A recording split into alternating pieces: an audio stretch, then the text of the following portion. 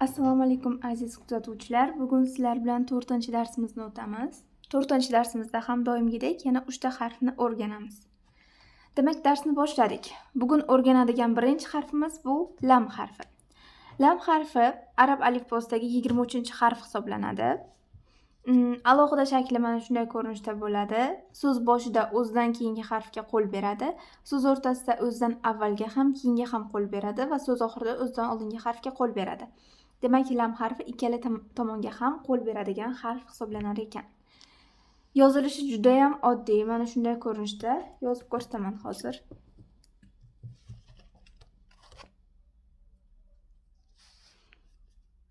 Mana bu alohida shakli.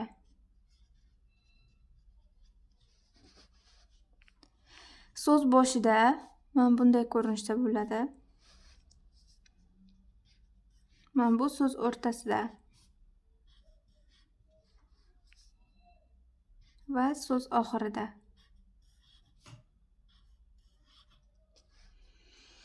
Endi uchala l harfini qo'shib yozib beraman.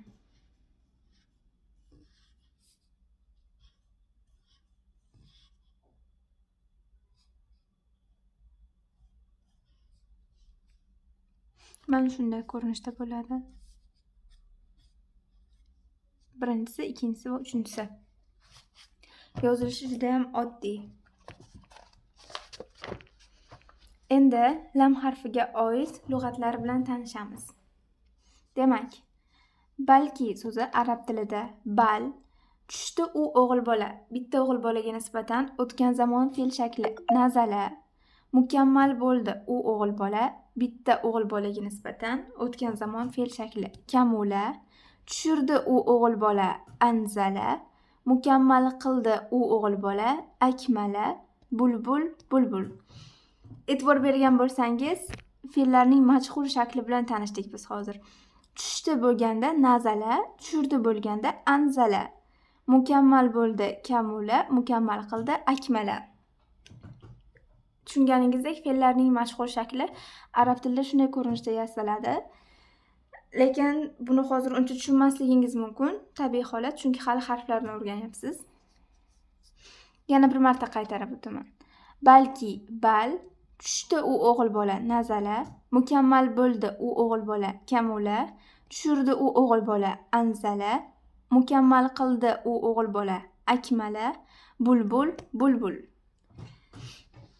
Endi qo'shimcha o'qish uchun so'zlarni birga o'qiymiz. Al, bal, lam, lum. Bu yoqda menimcha tushungan bo'lsangiz kerak. Lam va mim harflari qo'shilib yozilib ketgan shunday ko'rinishda. Arab tilida yozuv usullari juda ham ko'p. Buni o'zingiz oddiy ko'rinishda yozsangiz ham bo'ladi, ajratib, agar bunaqa yoza olmasangiz. Lekin o'qish menimcha tushunarsiz emas. Lan, kil, nazala, lazima, kamula, anzala, alzama, akmala, akalat, akalna, akalta, akalti, akaltu, akaltum. Men kitobimda bu yoqda tum degan joyi tushib qolgan ekan, qalam bilan yozib qo'ydim. Sizlarda ham shunaqa bo'lsa, yozib qo'yinglar. Bulbul, yalamlam, tazalzala, yatazalzalu, mutazalzil. Yana bir marta o'qib beraman. Al, bal, lam, lum, lan, kil, nazala, lazima, kamula, anzala, alzama, akmala, akalat, akalna, akalta, akalti, akaltu, akaltum, bulbul, yalamlam, tazalzala, yatazalzalu, mutazalzil. Menimcha tushunarli bo'ldi. Ba'zilarga qiziq bo'lishi mumkin. Masalan, o'zim ham endi o'qishni o'rganayotgan vaqtlarimda qiziqardim. bu yoqdagi so'zlarning ma'nosi bormikan yo shunchaki yozib qo'yilganmikan deb. Aslida bu so'zlarning ma'nosi bor. Har biri arab tilida qanaqadir ma'no anglatadigan so'zlar. Masalan, mana bu akmalani boyagina o'rgandik ma'nosini. Mukammal qildi u o'g'il bola.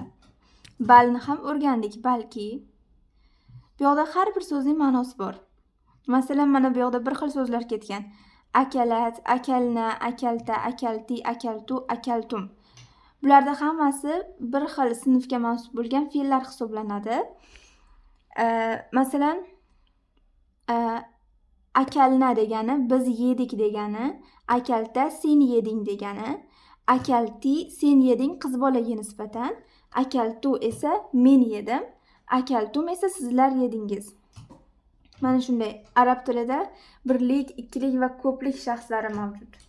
Va jinsga nisbatan ham ikkiga ajraladi. Shunisi bilan o'zbek tilidan farq qiladi. Xo'p, sizlarga darsdan tashqari ham ko'p ma'lumot berib ketaman. Endi ikkinchi harfimizga o'tamiz. Bu vav harfi. Vav harfi arab tilidagi 27-harf hisoblanadi. Menimcha bu harfning yozilishi juda ham oson, chunki deyarli bir xil bo'ladi. Mana bu alohida shakli, so'z boshidagi shakli alohida shakldagi bilan bir xil va so'z o'rtasi va so'z oxiridagi shakli ham ikkalasi bir xil. Chunki deganda vav harfi faqatgina o'zidan oldingi harfga qo'l beradi, o'zidan keyingi harfga qo'l bera olmaydi, ko'rib turganingizdek. Shuning uchun so'z o'rtasi va so'z oxiri qo'shib yoziladi. Bu shunaqa harf ekan, faqat o'zidan oldinga qo'l beradi. O'qilishiga kelsak, bu harf ikkilab yig'ishtirilib, yumaloq shaklga keltirilib, orasi biroz ochib chiqariladi. Ya'ni o'zbek tilidagi v bilan deyarli bir xil, lekin bir xil emas. Bu harf biroz boshqacharoq talaffuz qilinadi, chunki f ga o'xshab qolmasligi kerak. Arab tilida har bir harf o'ziga yarasha talaffuz qilinishi kerakki, boshqa harfga o'xshab qolishi kerak emas. Ya'ni buni biroz cho'ziqroq deymizmi? F dan ko'ra yumshoqroq talaffuz qilishingiz kerak. Xuddi ingliz tilida bilsangiz agar, ingliz tilida ikkita harf bor-ku, V va W. Mana bu harflar. Ikkalasi ikki xil talaffuz qilinganidek, F va V ham ikki xil talaffuz qilinadi.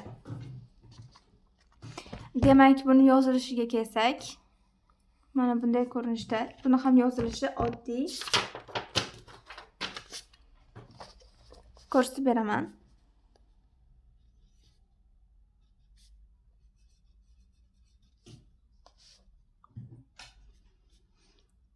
Demak, bu alohida shakli edi. So'z boshidagi shakli mana bu. Mana bu so'z o'rtasidagi shakli va mana bu so'z oxiridagi shakli. Bir xil. Endi 3ta v ni qo'shib yozsam, buni qo'shib yoza olmayman, lekin nima uchun?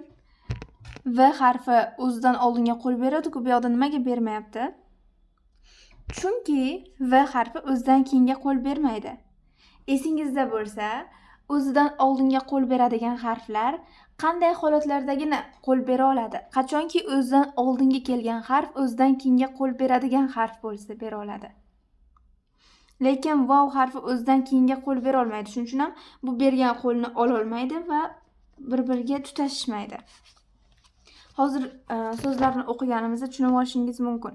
Masalan, baribir misol qilib ko'rsatib kelay. Masalan, boyagina lam harfini o'tdik. O'zidan oldinga ham keyinga ham qo'l beradi deb o'rgandik. Shuni v bilan qo'shib yozib ko'rsak, mana bunday qilib qo'l beradi. Lav deb yozsak masalan. Chunki bu o'zidan keyinga qo'l beradi, bu o'zidan oldinga qo'l beradi va ikkalasi tutashadi. Endi yangi so'zlar bilan tanishamiz. Yoki, av, kun, yavmu, og'irlik, vaznu, yulduz, kavkabu. Vazn so'zi arab tilidan kirib kelgan ekan demak. Yana bir marta o'qib beraman. Yoki, av, kun, yavmu, og'irlik, vaznu, yulduz, kavkabu. Hozir qo'shimcha o'qish uchun so'zlarni o'qib beraman. Vav harfining qanday talaffuz qilinishini aniqroq o'shanda bilib olishingiz mumkin. Diqqat bilan e'tibor qilib turing. Av, rov, nav, lav, varom, vatar, vaman, valan, valam, vakam, avlu, rovmu, yavmu, kavnu, vaylu, vaznu, kavkab, mavkib, avlamtum, avtartum. Yana bir marta o'qib beraman. Av, rov, nav, lav, varom, vatar, vaman, valan, valam, vakam, avlu, rovmu, yavmu, kavnu, vaylu, vaznu, kavkab, mavkib, avlamtum, avtartum. Xo'p, tushunarli bo'ldi menimcha. Endi bugun o'tadigan oxirgi harfimiz bu ha harfi. Ha harfi arab tilining 26-harfi hisoblanadi. Bu harf yozilishiga kelsak, yozilishi biroz qiyinroq menimcha. Shaxsan o'zim bu harfga qiynalganman o'rganayotganda. Bir qarashda juda oddiy deb tuyulishi mumkin. Alohida shakli mana bunday ko'rinishda bo'ladi. Mana bunday kattaroq bilan ko'rsatsam.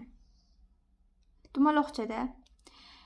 So'z boshida bunday, so'z o'rtasida bunday va so'z oxirida bunday. Ko'rib turganingizdek, uchala shakli bir-biridan juda ham farq qiladiganga o'xshab ko'rinadi. Shuning uchun ham qiyin bo'lishi mumkin. Demak, so'z boshida o'zidan keyingi harfga qo'l beradi. So'z o'rtasida o'zidan oldinga ham, keyinga ham qo'l beradi va so'z oxirida o'zidan oldinga qo'l beradi. Ikkala tarafga ham qo'l beradi. So'z o'rtasida. Bu shunaqa harf hisoblanar ekan, ikki tarafga ham tutashar ekan. So'z oxirida e'tibor bergan bo'lsangiz, o'zbek tilidagi a harfiga o'xshab qolgan. Lekin bu so'z oxirida keladi, bunday bo'lib. Xo'p, yozib ko'rsataman. Bu harfni yozishni to'g'risi unchalik yoqtirmayman. Demak, bu harfni har xil yozadi hamma. Men mana shunday ko'rinishda yozaman, alohida shaklini. Xo'p, so'z boshidagi shakli mana bunday bo'ladi.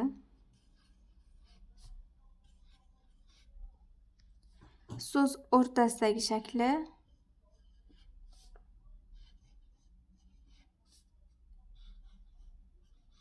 mana shunday bo'ladi. Menimcha buni sekinlashtirib ko'rsangiz yaxshi tushunib olasiz. So'z o'rtasidagi shaklini. So'z oxiridagi shakli mana bunday.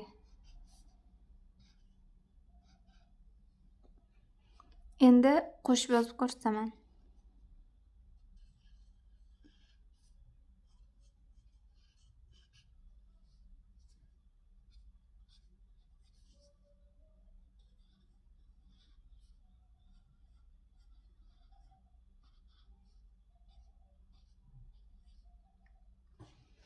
Mana shunday. Unchalik ham qiyin emas, ko'proq mashq qilib yodlab olsangiz bo'ldi. Lekin talaffuziga kelsak, bu harf halquning eng tubi ko'krakdan keyin keladigan yerdan chiqadi. Ya'ni yozilishi qiyinroq bo'lgani bilan talaffuzi oson. Bu o'zbek tilidagi oddiy yumshoq h. Ya'ni bu yumshoq h hisoblanadi. Buni talaffuzi deyarli sezilmaydi ko'p holatlarda. Hozir qo'shimcha o'qish so'zlarni o'qiganimizda talaffuzini yaxshi tushunib olasiz. Undan avval esa yangi so'zlar bilan tanishamiz. Demak, mi qo'shimchasi, ya'ni oldida chiziqcha kelyapti. So'roq qo'shimchasi bor-ku, mi. O'sha arab tilida hal bo'lar ekan.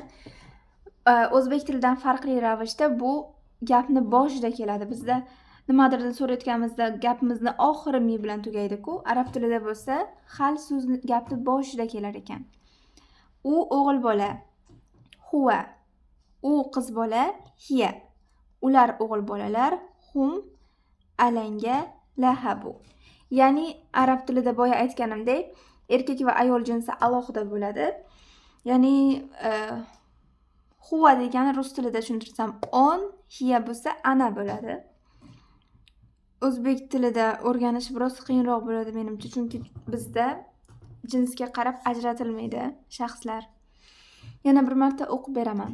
Hal mi qo'shimchasi, huva u o'g'il bola, hiya u qiz bola, hum ular o'g'il bolalar, alanga lahabu. Bu yoqda hum degani faqat o'g'il bolalarga nisbatan ular deb ayta olasiz. Qiz bolalarga nisbatan ishlatib qo'ymang, xato bo'ladi. Endi qo'shimcha qo'shni so'zlarni o'qisak bo'ladi. O'qib beraman, e'tibor qilib turing. Haba, ham, hal, huwa, hiya, hum, zuh, aham, wahaba, lahaba, waham, lahum,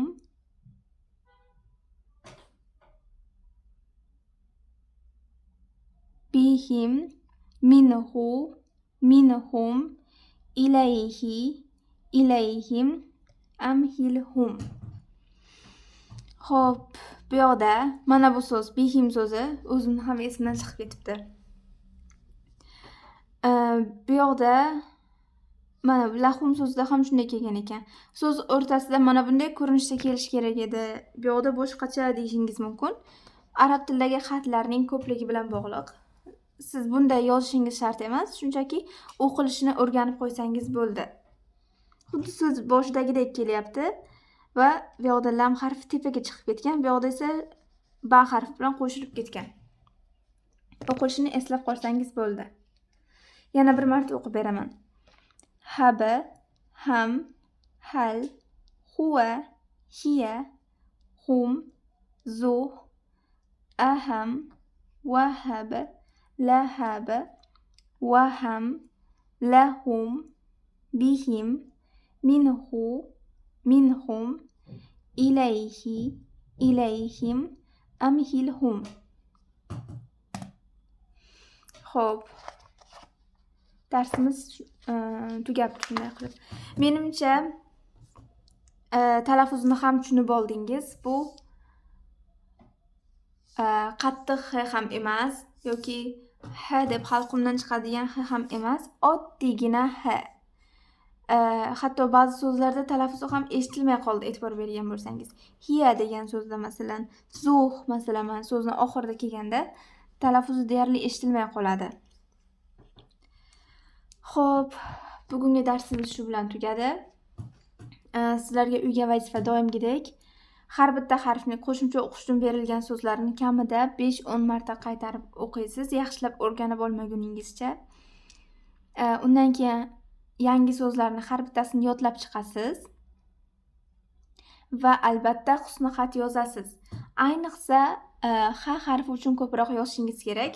Mayli vowning o'rniga bo'lsa ham h ga ko'proq yozishingiz kerak, chunki vowning yozilishi juda ham oson, lekin hnikini ko'proq o'rganishingiz, chiroyli yozishingiz va yozilishlarini yodlab olishingiz kerak. Faqatgina ko'proq yozsangiz esingizda qoladi bu. Bugungi darsimiz shu bilan tugadi. Xayr, sog' bo'ling.